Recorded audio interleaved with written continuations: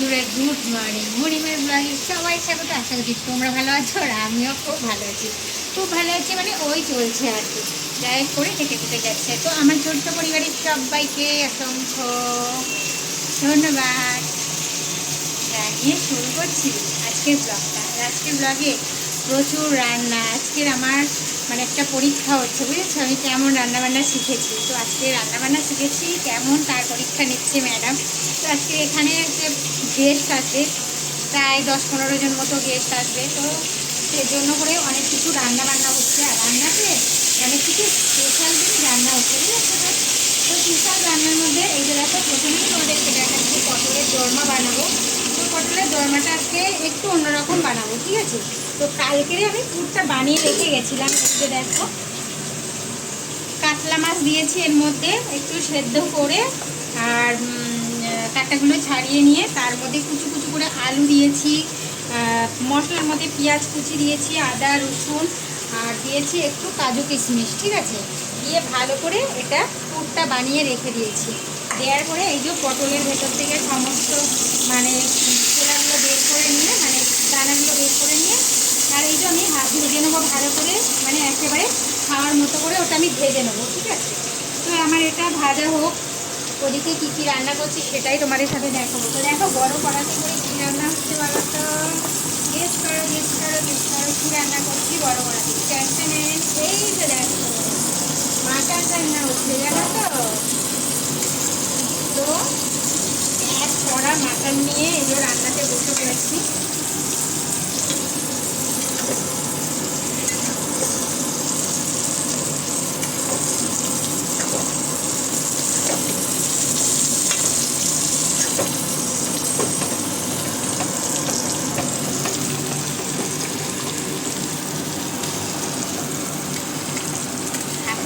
জোগাড় থাকলে কার না রান্না করতে ভালো লাগে বলো? আমার তো বেশ ভালো লাগে, আমার অসুবিধাই হয় না।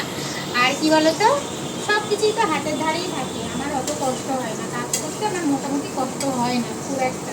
যখন শরীরটা খারাপ থাকে তখনই একটু কষ্ট হয়, তাছাড়া বেশ ভালো লাগে। রান্না করে করে এমন অভ্যাস হয়েছে, রান্নাটা আমার বেশ ভালো লাগে করতে। আর চেষ্টা করি মন দিয়ে রান্নাটা করার। তো এই যে দেখো, আমার মাটনের কষা মোটামুটি হয়ে এসছে। তো এবারে দেবো এর মধ্যে আলু। আর মাটনটা কষানো, এই যে মাটনটা আমি কালকেরই তো মানে ম্যাগনেটটা করে রেখে গেছিলাম, আদা রসুন পেঁয়াজ টমেটো, তারপরে দিয়েছিলাম একটু টক দই, দিয়ে কালকেরে নুন হলুদ তেল দিয়ে মাখিয়ে রেখে গেছিলাম ফ্রিজে, যাতে তাড়াতাড়ি হয়ে যায়। আর আমি মাটন রান্না করি একদম প্রেসার কুকারে দিই না, কড়াতেই রান্নাটা করি, পুরোটাই কড়াতে রান্না করি, ঠিক আছে? তো চলো, আমার এদিকে পটল ভাজাটা হয়ে যাচ্ছে। কাকিমা দেখো তো, আর কাটবো কিনা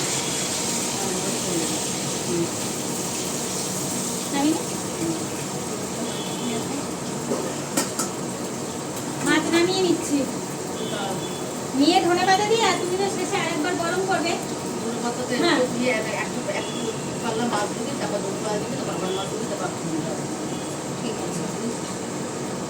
তলায় কেন দিচ্ছিস? মাছের উপরে দিবি? হ্যাঁ দেবো তো, এই তো এই জন্য একটু তলাতেও দিয়ে দিলাম অল্প একটু।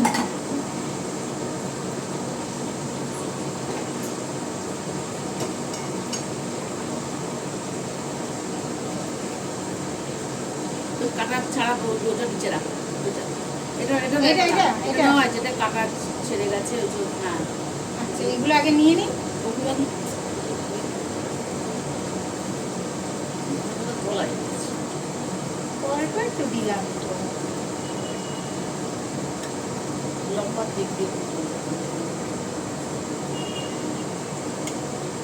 তুমি এই পটলটা দেখো, আমার দিকে না দেখো।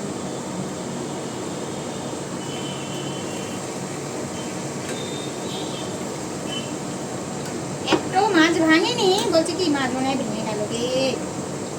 কি সুন্দর গোটা গোটাই রয়েছে।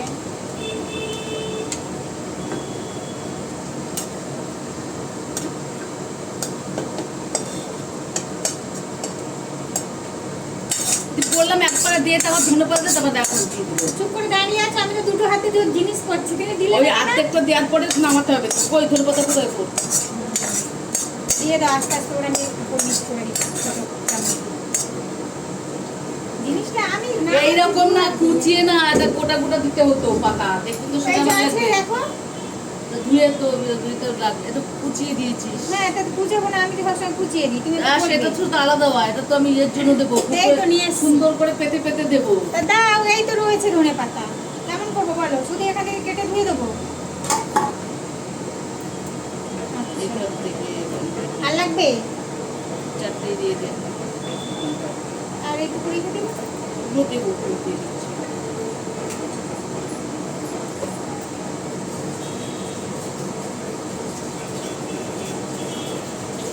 বললাম যে মেটা পাতা ফুলে গেছে, এটাকে নিচের দিকে দে, প্রথম দিকে যাদের দেবো তাদের। দুপুরবেলা খেয়ে নাও, চলো। হ্যাঁ আমি খাবো।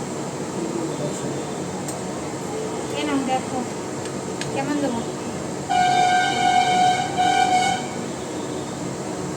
আচ্ছা না, তো ওটা রাখ, আমি দেবো না, এমনি রাখ, এমনি রাখ, আমি পরে দেবো, তখন দেবো সাজাবার জন্য। তুই খেতে ধনে পাতা ধুস কেন রে? ভুলে গেছিলাম গো, তাই জন্য। ধনে পাতা ধুতে তুই ভুলে যাস, খেতে ধুলে তলার জলগুলো থেকে যায় না? ঠিক আছে, যাও যাও, সরে যাও। হয়ে গেছে, আমি নামিয়েছি, সব গুছানো হয়ে গেছে, এখন এখানে ধরতে এসছে। ও হো হো হো, তুমি করেছো সব, সব এটা আমি করলাম, বলে তুমি করেছো। চল সাথেটা দিবি তোর বিয়েদের কাছে। না এখন সবাই আমি মিথ্যেই বললাম, সব কিছু করেছে ম্যাডামই করেছে। আসলে কি বলতো, মাছটা এই রেসিপিটার কারণ না, এটা আমার। এটা হচ্ছে কাকিমারির রেসিপি পুরো। আর দেখো কত সুন্দর দেখতে হয়েছে, খুব সুন্দর একটা, মানে দেখো তোমরা ভালো করে। আমরা যখন পরের দিকে আমার তো ওদের ছেলেরা খাবে, তাই ভালো মাছগুলো উপর দিকে দিতে বলেছিলাম। আচ্ছা, আমি তখন ঘাটবো না একটু মাছ দেওয়ার সময়। এই দিকটা, এইটাতে হাত দেবে না, এই দিকটাতে সব বড় বড় মাছ আছে, ঠিক আছে? তো এই মাছটা একমাত্র মানে কাকিমারই নিজস্ব রেসিপি, ঠিক আছে? এটার মধ্যে নুন, হলুদ, ধনে পাতা, কাঁচা লঙ্কা বাটা, আর ওদিকে রয়েছে লাল লঙ্কার গুঁড়ো আর একটু মানে ঝাল লঙ্কার গুঁড়ো দিয়ে আমি ভালো করে মিক্সিতে পেস্ট করে নিয়েছি। দেখো কত সুন্দর দেখতে লাগছে, সত্যিই দেখতে সুন্দর হয়েছে রান্নাটা। তো চলো আমি বেশি আর বকবক করবো না। এটা কি টেবিলে রেখে আসবো? না এখানে রাখ। এটা ট্যানটা নেন, এটা কত সুন্দর দেখতে লাগছে, সত্যি দেখতে খুব সুন্দর লাগছে। হ্যাঁ তুই রাখ, এখানে রাখ, এটা ঢাকা দে। নাও কিনা আচ্ছা টাকা কত টাকা দিতে হবে না, করে টাকা দিতে হবে।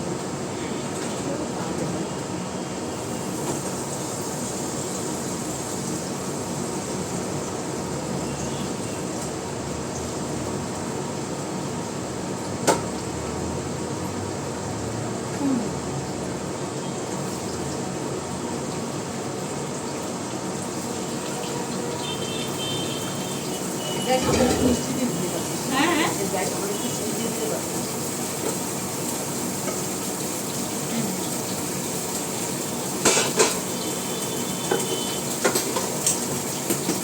আচ্ছা।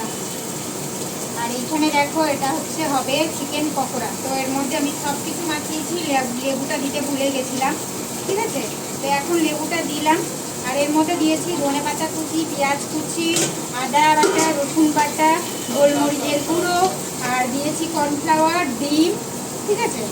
আর এক্ষুনি নাড়িয়ে দিলাম, আলুটা দিয়ে দিয়ে এবারে হয়ে যাচ্ছে না এবারে।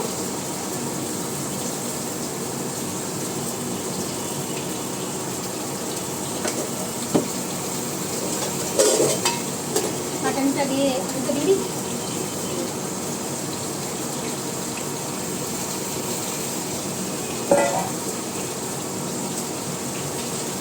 মিষ্টি আলু তো তাই দেখি পরে সাধারণত আমি ঝোলের উপরে দিই, ঝোলেও তো ফুটবো না। আর কতটা কি ঝোল বানাবে? তা ঝোল বানাবো না? আমি ভাবছি তো কষ্টটা বানাবো।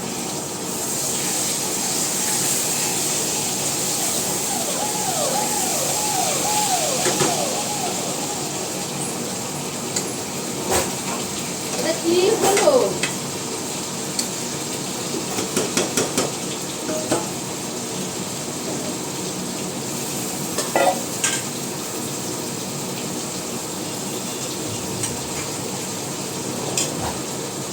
আশ্চর্য, কি হয়েছে?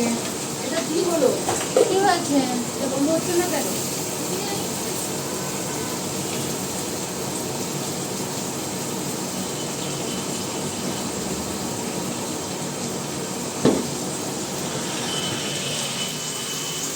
তো চলো, এই যে আমার পটল ভাজা হয়ে গেছে, আর এদিকে ভাজা হচ্ছে খানিকটা।